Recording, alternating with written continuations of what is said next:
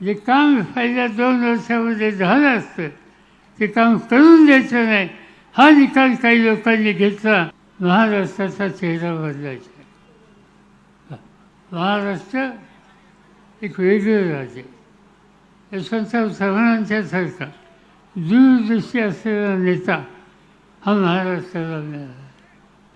सवन देशाचा अर्थकारण मजबूत करण्याची ताकद मुंबईमध्ये आहे आणि तिथे मराठी वंशावळामध्ये आहे.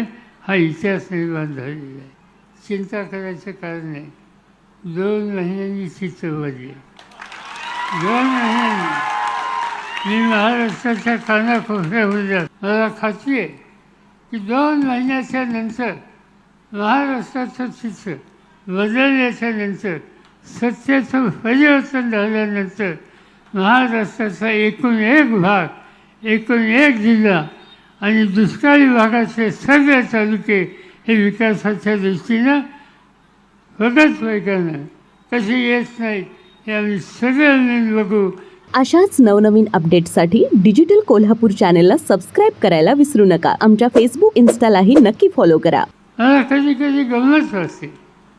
जे लोक सत्तेत होते, विधिमंडळात होते, आज सत्ता असेल असं नसेल, पण ज्या भागाचे जनतेने सत्ता दिली त्यांच्यासाठी काहीतरी होत असेल तर त्याला मदत करूया, हे तर कर्तव्य आहे. पण कमीत कमी मदत करणं शक्य नसेल त्याचा अडथळा आणू नका. आज या तालुक्यामध्ये काही नवीन होतं म्हणल्याच्यानंतर त्याला अडथळा आणायचा, त्याला स्थगिती आणायची. उभं करण्याच्यासाठी अक्कल लागते. उभं केलेलं उद्ध्वस्त करायला अक्कल लागत नाही आणि हे लोकांना आता फसलेलं आहे. आणि उभं करण्याची ताकद, धमक ज्याच्यामध्ये त्याच्या भातीशी उभा राहायचा निकाल तुम्ही लोकांनी घेतला ते चित्र आज या ठिकाणी दिसतंय. याचा मला मनापासूनचा आनंद आहे. महाराष्ट्राचा चेहरा बदलायचा आहे. महाराष्ट्र एक वेगळं राज्य. यशवंतराव चव्हाणांच्यासारखा दूरदृष्टी असलेला नेता हा महाराष्ट्राला मिळाला.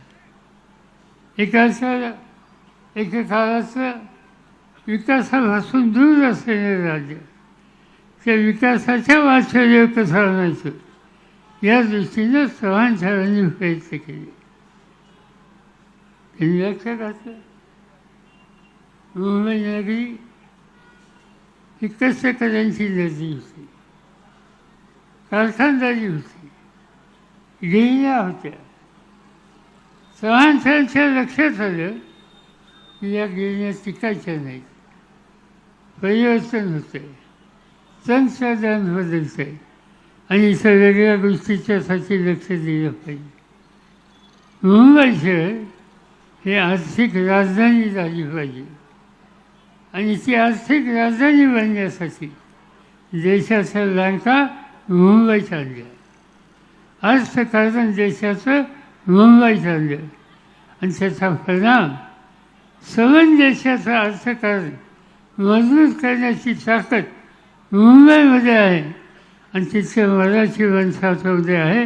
हा इतिहास निर्माण झालेला आहे.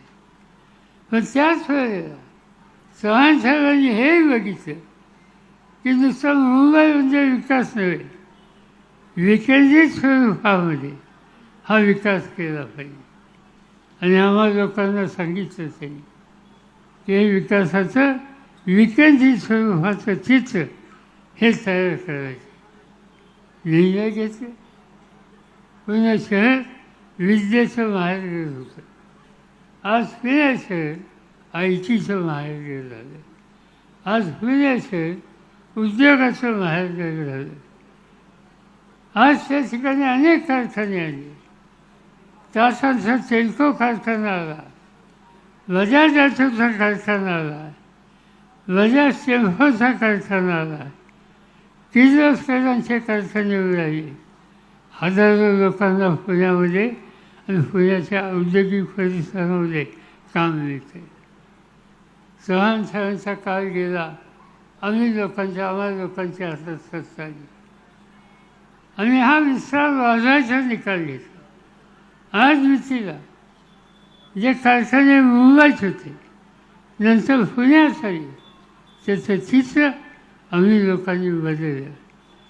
नवीन कारखाने तुम्ही चाकणला जाल ते चाकण कारखानदारीचं मोठं केंद्र झालेलं आहे. तुम्ही आज या ठिकाणी रांजणगावला जा, दुष्काळी गाव होतं, आज त्या ठिकाणी कारखानदारी उभी राहिली, हजारो लोकांना काम मिळतं. फार नाही एकेकाळचा दुष्काळी भाग, आज त्या ठिकाणी कारखानदारी उभी राहिली. तुम्ही भिगवणला जा, कधी कारखानदारी नव्हती, आज त्या ठिकाणी कारखानदारी आहे. तुम्ही जेजुरीला जा, तिथं कारखानदारी बघायला मिळेल. तुम्ही इंदापूरला जा, त्या ठिकाणी कारखानदारी बघायला मिळेल.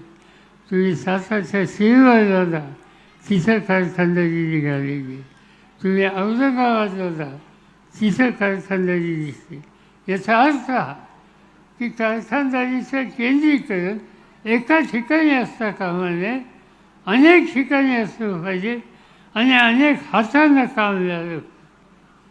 आणि नेमका हाच विचार रोहितने घेतला आणि या 2 तालुक्याच्यासाठी मध्यावर MIDC करण्याचा निकाल या ठिकाणी घेतला. चांगली गोष्ट. इथे MIDCची गरज आहे.